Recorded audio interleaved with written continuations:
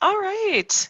Hello, everyone, and welcome to our second session of training for today. So today, the primary focus is on incident fulfiller training.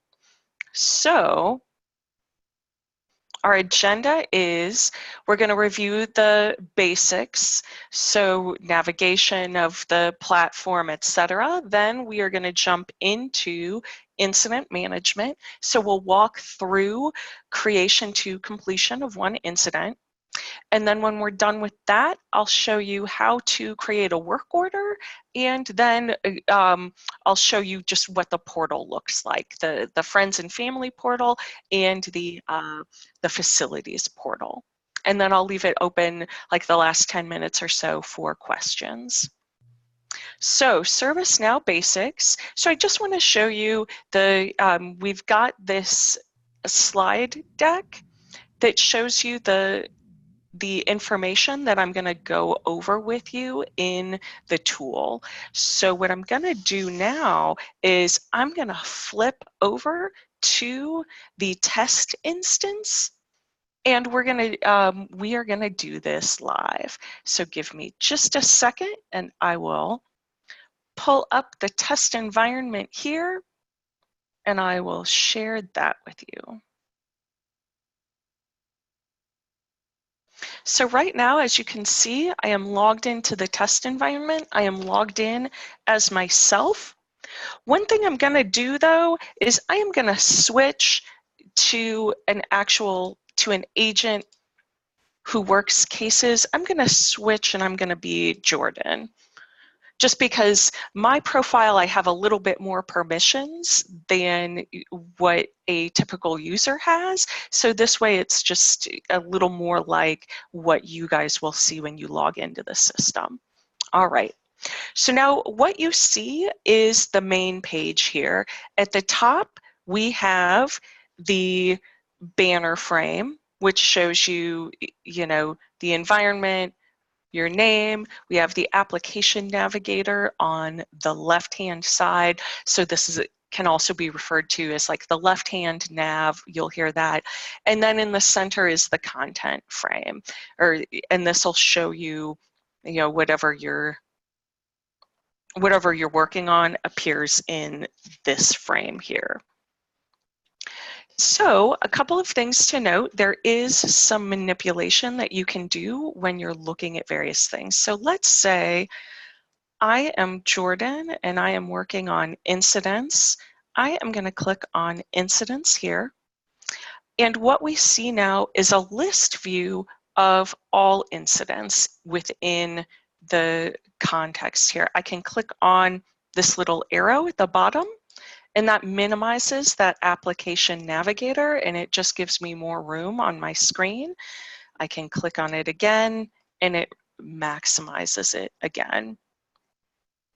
Now this list view, there's a couple of things that I can do with this list view to help me navigate to exactly what I want to see. So let's say I'm looking for an incident, and gosh, I can't remember. It's 116 something. I can click on this, and this will sort the columns in either ascending or descending order. So when you have something that's numerical, it's nice. And I can click on that for any column, and it just sorts them in order. So you can see I can do that. Another thing that I can do with this view is I can personalize it. So we've got this gear over here. I can click on that gear and I can adjust the columns of data that I see behind me. So let's say I don't care about updated, and I don't really care about updated by, but I do want the urgency.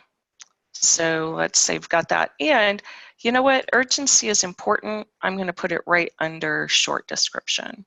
I click OK. And now we see urgency has been added, and it's been added in the in the 4th place, which is where I wanted it. Now I know that this has been edited because now I have a little dot on this gear icon. I can change it at any time. I can remove urgency. And if I make a ton of changes and I don't like them, I don't have to futz with this. I can just go down here to reset column defaults if I want to. And then I click OK. And boom, now we see urgency is gone again. So again, depending on which fields are the most important to you, you can have those be in your list view, and that's saved for you. So it's not something that you have to adjust every time you log in. It'll save it for you, and that's what you'll see the next time you log in.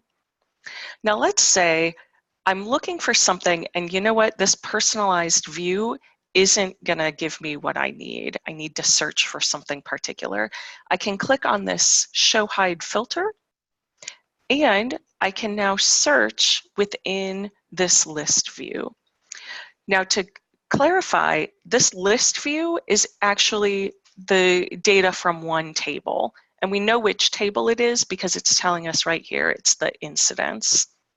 It's the incidents table. So you can see it's not a mix of incidents and work orders. It's only just one table. So let's say I need to find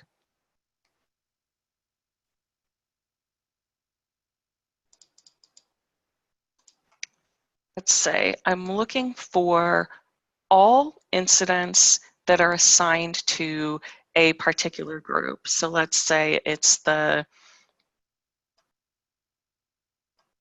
field service managers. Do we have something? So let's say somebody accidentally assigned an incident to this group and I need to find it. I'm going to click, so I put it in here, I'm going to click run, and my guess is we probably won't have anything. Yeah. So what I can do is I can just click on this again and I can edit this again.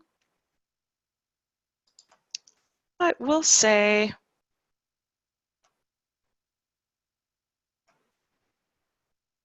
we'll pick something like the company is OSHA conference. Let's see. Because this is a test environment, there's less information. But let's say you found incidents that have this company assigned to them. And let's say you are working on this company's incidents, something came up and you want to be aware of all incidents related to this company. So now you want to save this. You don't want to have to rerun this filter every time. You can click on this and drag and drop it to this tab here. So you see this tab has a star. This is your favorites tab. So when we go to the application navigator, this left-hand frame, what we have here are the applications and modules that you are allowed to use and look at. So this is going to be different based on permissions. Then the second tab is the one we just looked at, which is favorites. So one thing that's really nice is you can say, okay, what are within these applications and modules, what are the things that I'm going to look at all of the time? I can click on this star. So like, let's say connect incidents. I'm going to click on that. Now that's favorited. And if I go here, I can see incidents are here. So these are all of the things that I have identified as favorites. I can edit these by clicking on this little edit favorites pencil. And now it's going to pull up all of these and I can just click on the one that I want to edit. So let's say this filter I just created, I'm going to say, I want to rename it the OSHA conference incidents. And let's say I want it yellow just so it's easy to find. And I'm going to choose this icon. Everything looks good. I click done. And now you can see here in my favorites that the title has changed and the icon has changed. So what's nice about choosing icons and color coding your icons is that you can minimize and you can still see your favorites if that's the tab that you're on. So no matter what page you're on, you can click on these and it takes you to this list view. So it's just a nice, it's not just favoriting, but it allows you to just quickly get to the list views that you use all of the time. Another thing you can do in this list view, another way to manipulate your view, is you can click on this. So this little, it's an additional actions menu. It's also called a hamburger menu. You can just click on that and I'll show you group by. So you can see here are all of the columns. So another quick way to get to something you're looking for is, you know what, I was trying to find the assigned to earlier, that wasn't working the way I wrote the filter. So I'm just going to go here and say group it by the assignment group. And now I can see, oh, okay, all of the incidents that are open right now are assigned to either the contact center, Focus Flex, or this group. Okay, I think this is what I was looking for. And then you can go down here and look at these. So again, there's lots of different ways that you can manipulate this view to help you find exactly what you're looking for.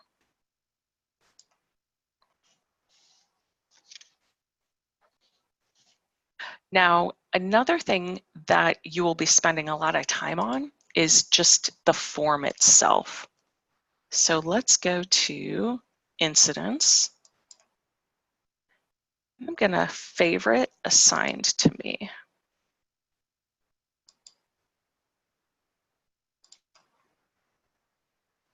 So here is a form.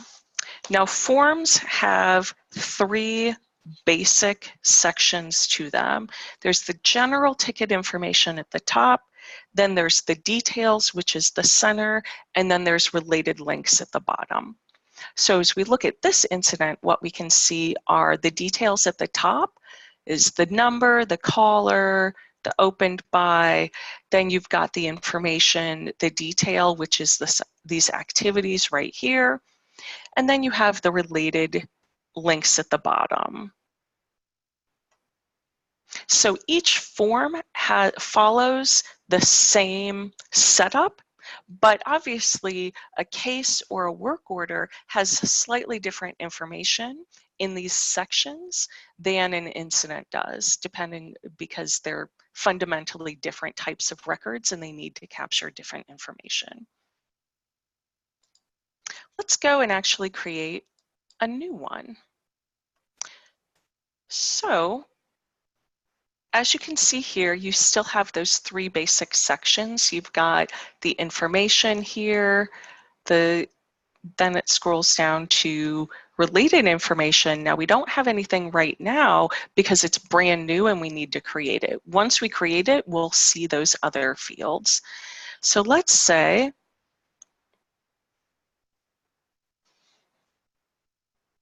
I'm gonna just pick on Bill.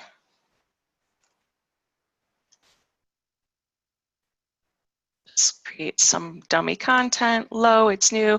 So now you can see once I put in the short description, one of the things that the platform does is it searches knowledge to see, okay, what existing knowledge articles relate back to this short description. So it's just a So it actually searches the knowledge base in ServiceNow? Mm-hmm. Yeah. And that's just out of the box. So so it automatically comes up based on what is in short description, and I can hide it because I know it's not relevant. So at this point, I've done everything I need to do to create the incident. I'm going to click submit. Now the incident has been created, but I need to go back and find it. So at this point, I'm like, gosh, where is this? I'm going to go short description, and I'm going to do star, which is wildcard, and I'm going to say, I know I put Bill in the short description. Click. Okay, here we go. Bill's phone is not working, and Bill seems to have called twice. All right, so now I'll pull up this incident.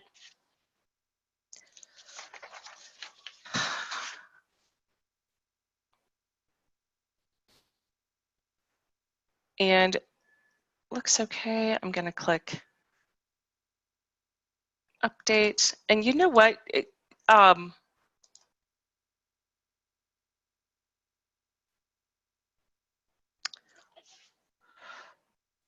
Sorry, Nancy, I'm pausing because I'm looking at, it seems like there's less information in this incident form. Yes, if you change it to the case view, that gets Case view, yes. I'm like, okay. gets everybody. Let me go back. So I'm going to click on incidents assigned to me. Doesn't seem to be working. This is one I created earlier. Yeah, here we go.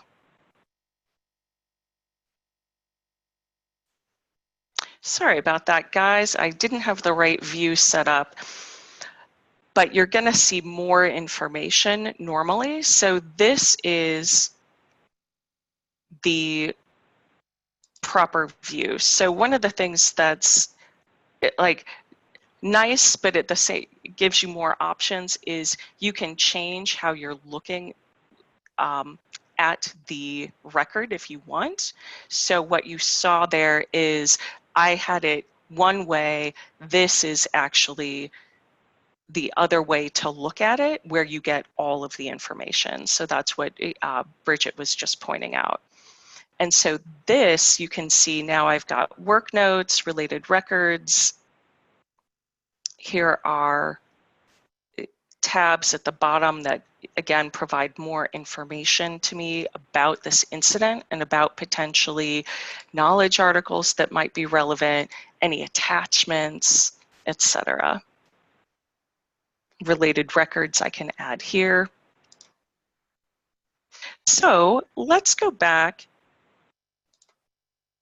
and I'm going to copy this and create a new one. So Bill's just been having a lot of problems with his software. This is resolved, but you know what? We need to create a new one. So I'm going to click copy incident here. And what that does is it creates a new incident, and it copies some but not all of the information. So it's going to copy what it was. Bill needs help. It's not going to assume that it's the same person because it might be the same issue but a different person. So let's say it's Aaron now. And we're going to say, we're going to change this to Aaron. And I'm going to assign this to myself because I know I'm going to be working on it. I know he just called me about this, so I'm going to change the contact source to phone. And you can say, again, here are the related search results. Now here are work notes. You can see the system is already identifying for us that this was created from another incident. So now this is incident 11630. Going to click submit. Now you can see I clicked submit and it took me to this other incident. I don't need to do anything with this. This is resolved. I was just pulling it up to copy it. So I'm going to go back. So now at this point, I have my list view. It takes me back to whatever my list view was, and here's my incident. I can also go to incidents assigned to me that I favorited, and boom, it shows up again as well. So now I am going to click on this and we'll walk through just completing the incident. So at this point, I have all of the information I need. I know who it is. We've got the urgency and impact. This isn't very low. This is a program that Aaron doesn't need to use constantly, et cetera. So I'm going to look through, and I'll point out we've got the activity log here. And as you saw earlier, we've got some activities that have been created. So you can see the system is this light gray, and these are actions that the system is just taking automatically. So there was an email notification that was sent to Aaron, letting him know that an incident has been opened. You can see that I changed some fields on this, and that I created an incident from, I created this incident from the incident 11624. All right, so let's say, I'm going to say, all right, work note.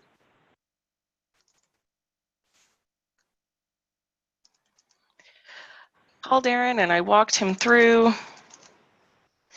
you know, reloading the program or whatever it was. Post, all right. So within work notes, you can put in whatever internal notes that you need to document what you have done to resolve the incident.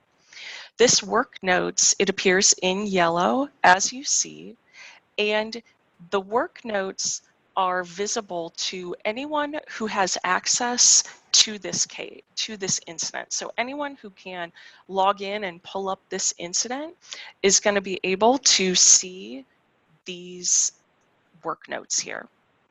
You also notice on the screen we have this other field, the additional comments customer visible.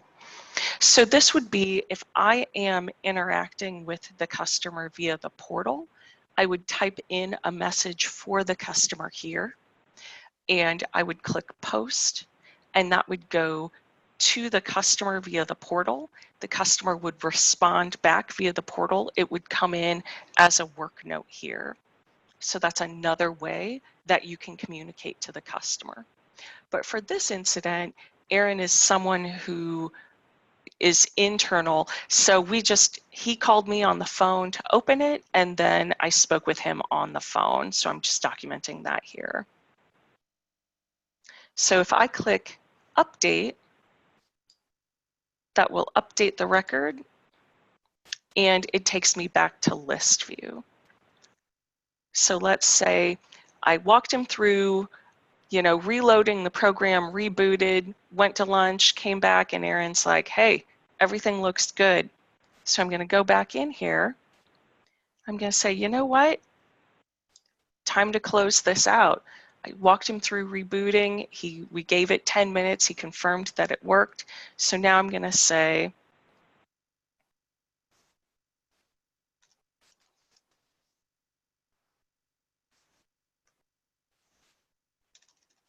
fixed the issue. And you might have some standards around what information you put here. So I'm going to put closed notes. I'm going to say, you know, successful, totally fine. I can click knowledge, and what that would do is create a knowledge article, just a basic knowledge article based off of the information within this incident. I'm not going to do that because there's really nothing here. And then I click resolve. And as you can see, this incident right here, now it's in resolved state. So pretty simple.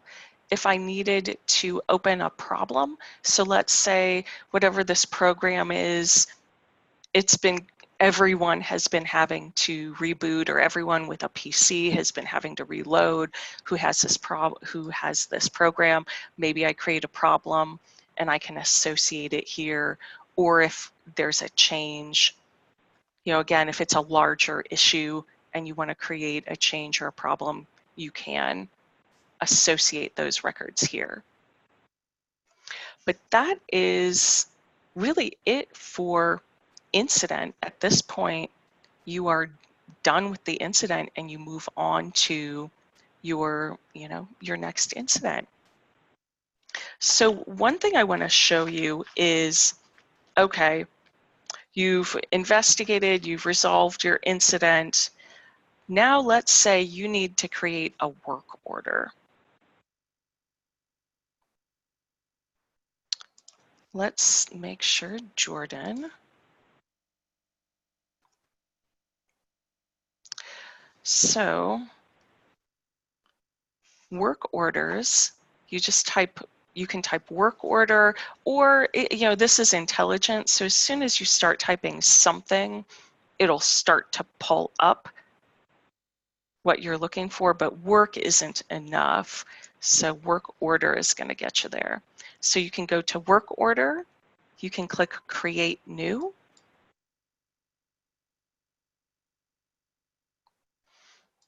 And now you can see, just like with the incident, you can fill out everything you need to fill out here. Let's see. This is kiosk. Call it. There's no category here. So let's say,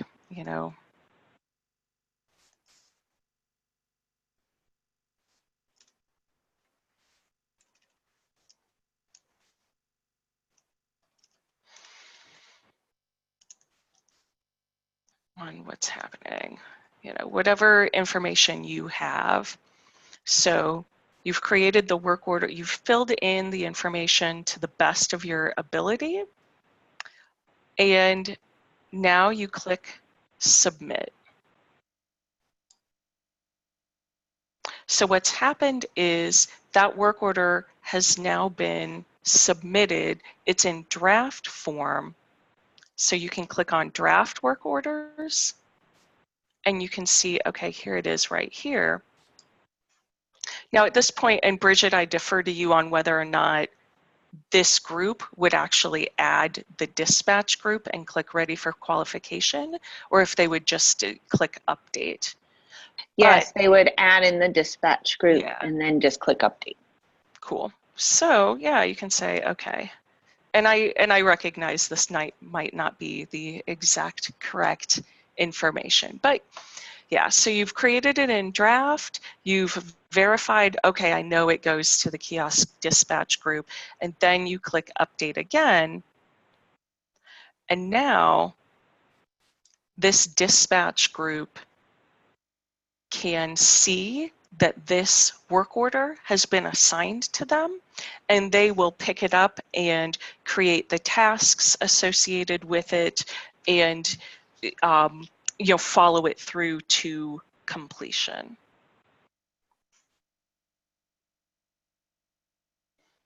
And you can see the work order, as we were discussing earlier, has the same basic structure but different fields than the incident, but it follows the basic structure of the detailed information and then related information at the bottom. So again, for this, Jordan has done everything that he needs to do, so I'm just going to click update and I'm done with that. Now, the final piece that we wanted to see were the portals. So now I am going to switch and let's see if this will work. I'm going to go to inmate dad. Excellent. So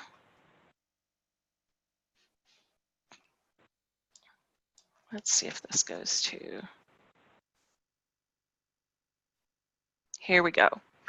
So this is what the friends and family portal looks like. It's pretty, it's a simple interface, which is really nice. You can see I can browse for articles, I can submit a request, and I can see my cases. So I can submit a request here, I can click on this, and this allows me to submit what will be a case for you know, for whatever reason I need. I can type in the description, and then just hit submit. Now, another thing I can do is once I submit that request, I can go to my cases and let's see if it'll load. Now, I don't have any cases right now, but they would be listed here. And you can see there's some of this looks the same as what we saw on the platform when we're logging in. You know, this action, the action menu, the filter here, the setup is kind of the same. We can go back to home, find answers. This just takes me to the knowledge articles that I can search for. And then support, if I click on support, it takes me to some of the same things, again, my cases. And then the other thing I can do is I can click on chat here. So I can pick, hey, what's my issue? And then describe it, submit, and then that would start a chat. Now going back to the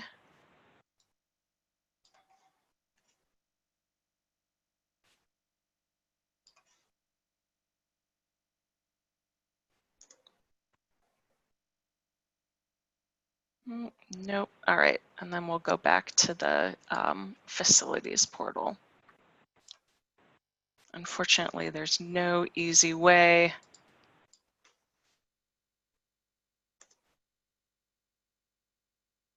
Oops. All right. Give me just a sec and I will get us back to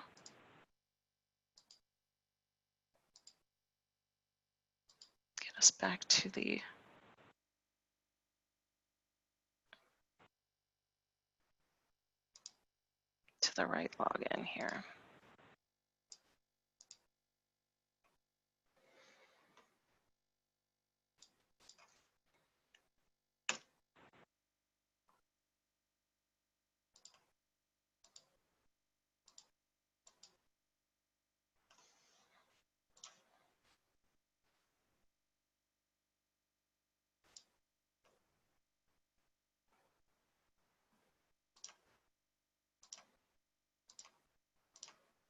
And then this is what we were looking at before I switched to friends and family. So this is the facilities portal.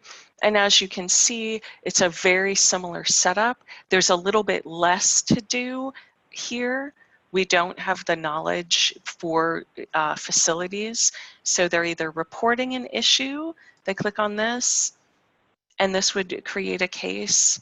Again, so very similar to what friends and family see. It auto-populates with who the facility is tied to based on who this person is.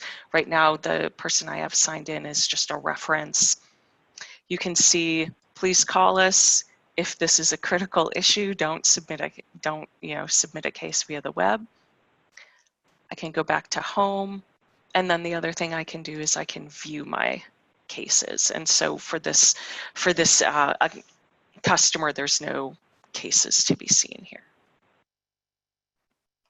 And again, I can click on support, takes me to some of the same things. I also have my profile that I can look at.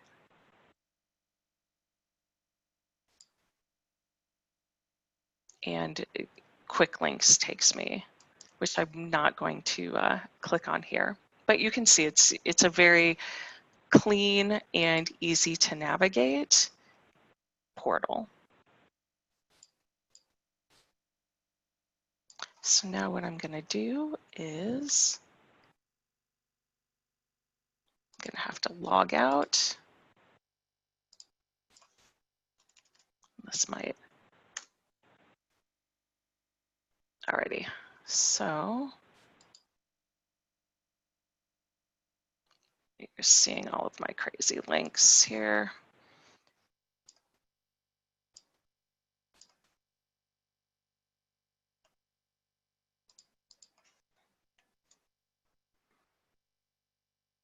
Boom. And now we are back to the regular desktop, and I will switch back to Jordan.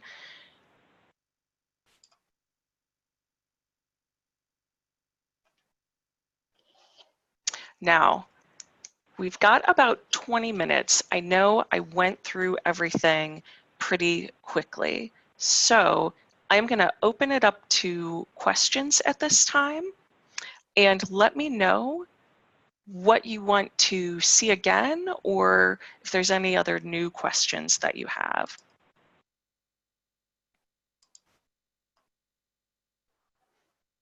And just going back to our agenda, we had the basic navigation, and then just the creation to completion, creating a work order, and then a quick view of the two different portals. Yeah, one thing I was trying to look at, I was kind of following along on my screen as you were doing this. And one thing that's important from my side is when I go to the incidents, and I have like the incidents that are open to my group and the incidents that are assigned to me saved in my favorites, okay?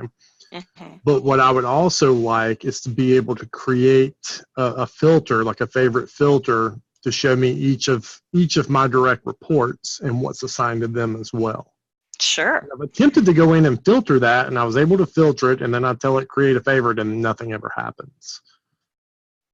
So the way you can do that is, so I've got my filter up. These are all incidents, and let's say we've got assigned to, right? So who is, and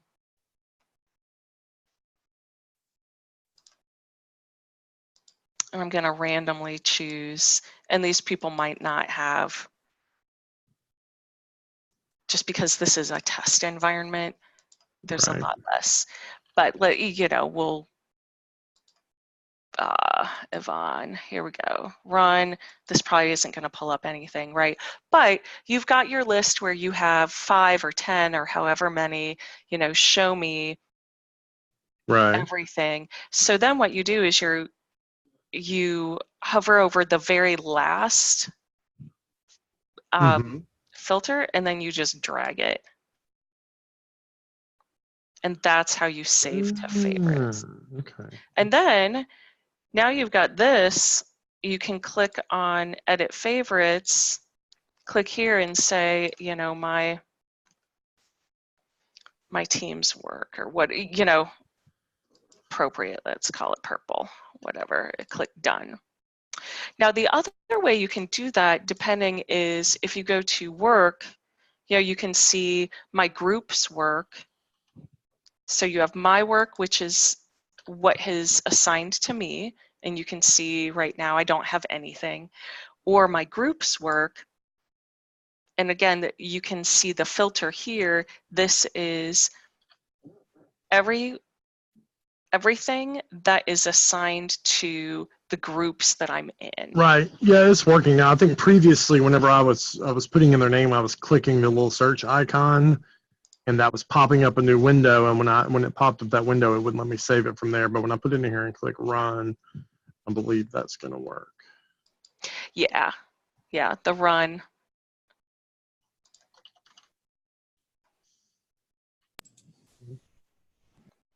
Yeah. Sometimes the save, you can save as like my filter. Oops, my filter, and click save. This is a permissions thing. Yeah, you can go to my filter, it's there, yeah. But yeah, the quick and easy way is just to drag and drop it here into your filters. All right. And Tony, just to piggyback off of that, once you click and drop it into favorites, if you wanted to then maybe make additional changes or add another filter to that saved report, are you able to do that and then resave it, or do you have to start over? Yeah. So let's say I've got this filter I created earlier. I can add, as many as I want. Active. So let's say I only want active, active records for this company, and only, and the assignment group is only, the contact center, and I'm going to remove that. So let's say I want they're active and assignment group is contact center. I can click run. So now I save that, right? Because that's one, and then I go back in, and now I want to add more to it. Let's say, and keywords are, let's say, you know, I don't know. I'm trying to, and let's say,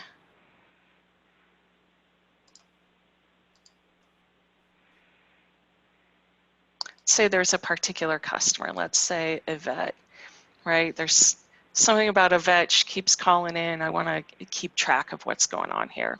So now I've taken this original filter, I've edited it, click run. Now what I can do is just drag and drop that, and now I've got two. I've got the original, then I have the one where I added, or what I can do is I can what they call dot walking, where I can just go back to here. And this will give me the same filter just with that previous condition removed. So if I get rid of my original filter and I just have the most recent one, I can just go like this, or I can go here. So again, that's called dot walking, or I can say, you know what, just give me everything. Click on that, boom, now it's all. So again, you can walk back, and so you can save both of them, but considering how easy it is to go from here to here, you can just keep the long one and then just dot walk back to a filter that has less conditions in it. Awesome, thank you. I actually had two more questions. You showed us how to create a work order, how to create an incident. Both of the views were they were created out of thin air. Are we going to be, I was under the assumption that we're going to be creating work orders and incidents off of a case. Is there a different view to that, or is it the same regardless? So it's the same. Let me show you how to create a work order or an incident from a case. So let's say you've got a case. We're going to pick on Lafayette Parish here.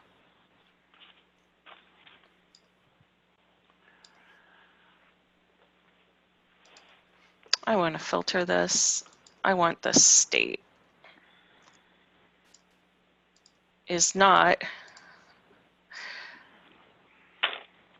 closed. All right, I can click run. Right, so now state is not resolved. I'm going to use this group by. So I'm just showing you guys the different ways that you can kind of get to what you need to get to. All right, so we've got all these open cases. So Bonneville, here we go. This is open. So let's say I need to create a work order. I've got this for Bonneville County Jail. It doesn't have a product, so let's say there's an issue with the kiosk. It's just all of them are down. Other, right? So case type, oops, facilities. All right. So now I've got this case and it's like, you know what, I need to send somebody out. So I'm going to click on this additional activity menu and I'm going to click create work order. And what that does is it generates a work order record and it populates some of the fields on the work order from the fields that were on the case. So you can see it's Bonneville, it's the kiosk. You can see the dispatch group has been determined based on what this information is, the short description, and obviously, ignore that they don't match because that's obviously a just test. And you can see here's the rest of the work order. So at this point, good to go. It's got the dispatch. I'm going to click ready for qualification. And now we're at the same point we were at earlier, where as Jordan, I've done everything I need to do for this work order to move down the line. Now let's say I'm going back to my case. Let's say I need to create an incident. So you do the same thing. You go to this activity, this additional actions, and you click create incident. And you can see the incident record. Again, you've got some of the fields pre-populated based on the information that's in the case. You take a look at it. As Jordan, I'm like, okay, who called this in? It was...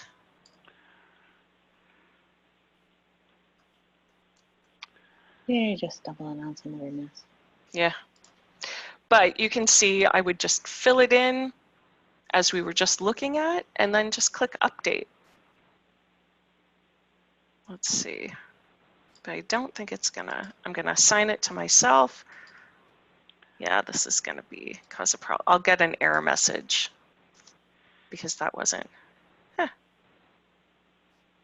allowed me to do it without it. But you can see I updated it, and now this incident was created off of this case.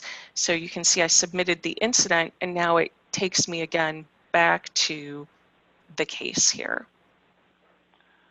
And you can see when I go to the activity log of the case, you can see that an incident was created, and you can see the work order was created down here.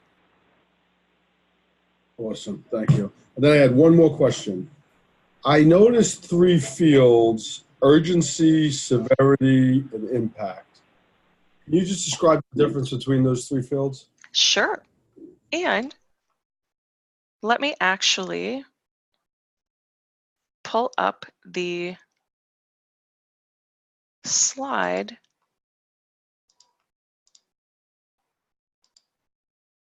that shows you. So we have this within the deck. So you've got urgency, impact, and severity. So the urgency, so it could be high urgency, but it only impacts three people. But those 3 people might be VIPs, right? So the urgency is high, but the impact is low. It's high urgency, but it's low impact because it's just a few people. So the overall severity of the incident itself then becomes moderate. So this is what you guys have in the platform for urgency, impact, and severity for incidents. And then you can see this is where they are.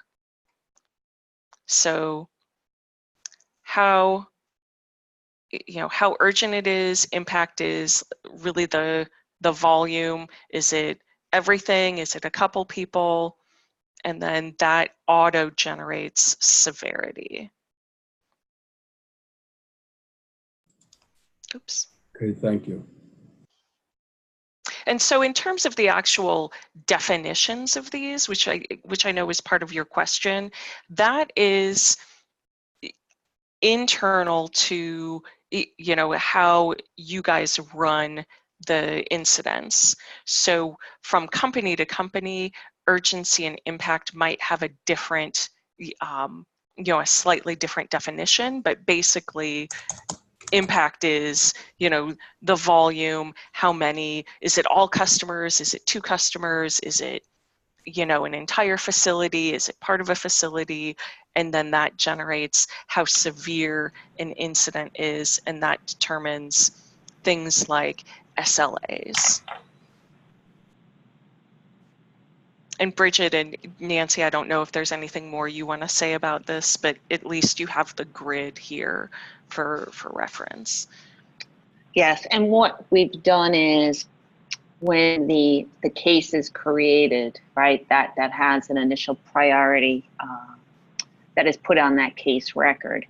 And when we transfer that priority over to the incident record, we are picking a severity that corresponds with the priority we put on the case record.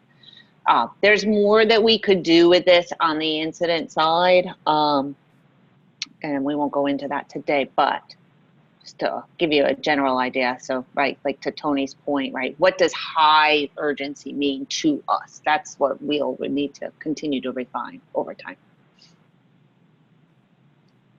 Right. All right. I have another question about the filtering. Sure. Is it possible to create a filter for a particular group so that any ticket assigned to that group or anyone in that group can be viewed? So so when you look at incidents, you do have things like your group work and your work specifically. Otherwise, for incidents, you can create a filter based on anything on the table. So as you can see, you can create a filter based on any of these. So if there's some opened by or assigned to or your assignment group, so yeah, you can say. So assignment group there. Yeah. So assignment group looks like what I'm looking for. Yeah, an assignment group will be your group's work, and then the caveat so is. That's already filtered for me. Yep. On Yeah. the main So that's tab? already. Yep. If you go to. Oops. Let me get out of there. There. If we go to my group, you can see my group's open cases, my group's work. So you would click on my group's work,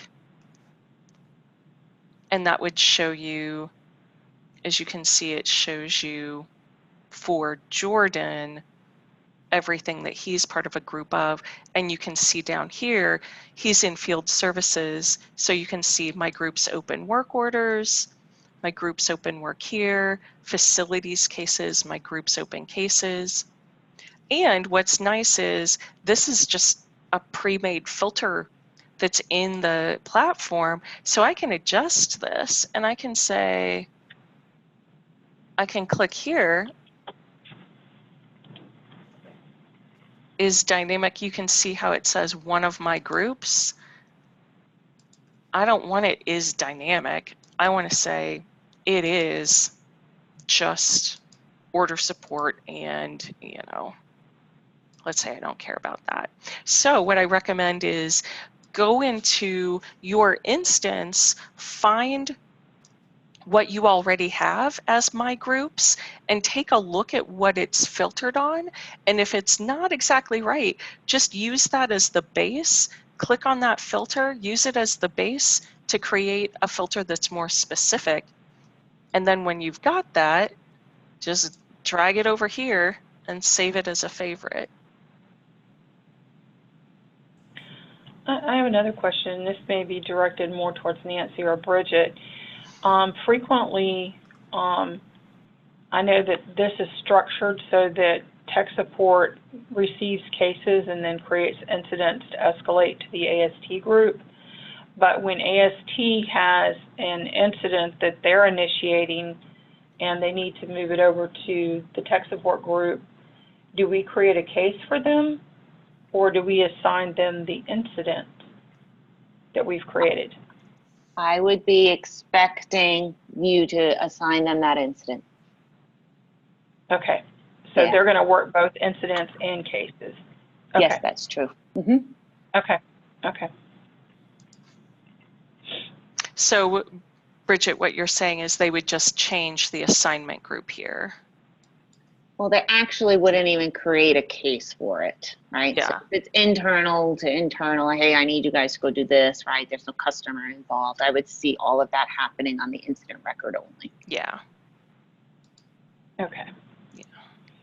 So cases are only going to be created by external facing customers? Yes, or for them, really. Okay. Alicia, I think it's kind of like what you do now, because when you assign the actions and assign them to the groups, so the incidents would just be like how you assign the actions over now. Right. I just wanted to make sure that the same thing was going to happen in ServiceNow. I wasn't positive.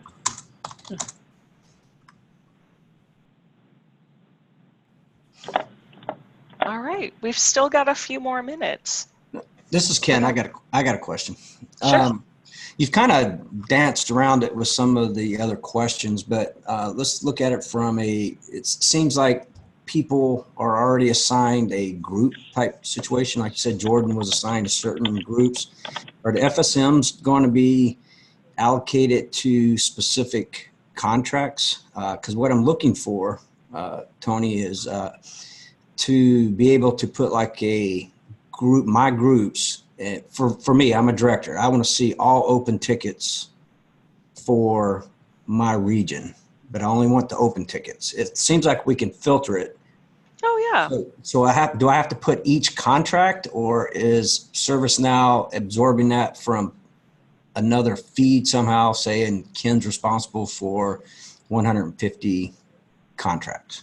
So Ken, You want me to do that one? Yeah.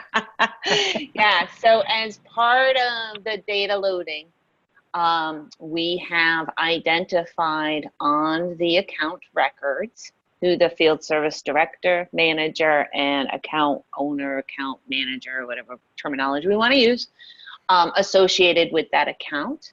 And you would be able to, we're working on making it so that when you create that filter, you could do is dynamic me as the field service director. And for all of your accounts where you've let us know that those are yours, that data would allow you to filter that way.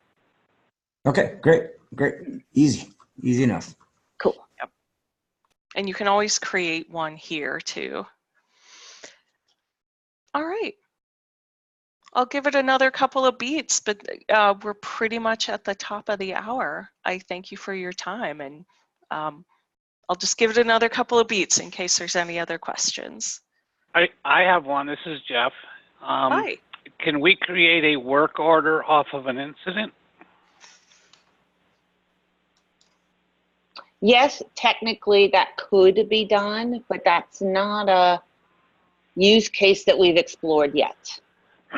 Could. Well, let me elaborate then. Meaning, if tech support is going to be working incidents, then what we're going to be doing is needing to be creating work orders. So how is that going to go? So when you guys are working an incident and you figure out, oh shoot, this does need to have a dispatch, you're going to close your incident record, and that's going to update the case, and the case owner is going to initiate the work order. Okay. Okay. Hey, Bridget, this is Dave. We asked a question the other day that if we are doing a proactive incident, Correct. in other words, we find someone on Host Monitor, that's going to be an incident, not a case, unless the customer reports it. But it's very possible we would open an incident for proactive, like we lose contact with a lobby kiosk or a circuit goes down, and it's very possible we're going to have to dispatch off of there to and open a ticket with the LEC in order to work that incident. Okay. So how does that work? I think that that's a really good use case for using incident with work orders. It's just nothing that we have currently defined or validated, everything populates the right way, but that's absolutely something we can do. It's just not something we've done right now. You know what Dave brings up, this is Ken again.